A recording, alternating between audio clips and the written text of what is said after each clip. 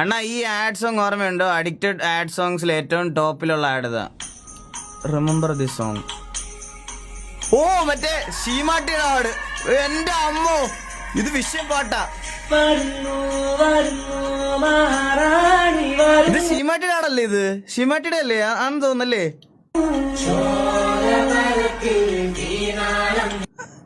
അല്ലേ, ആ ആടല്ലേ ഇത്?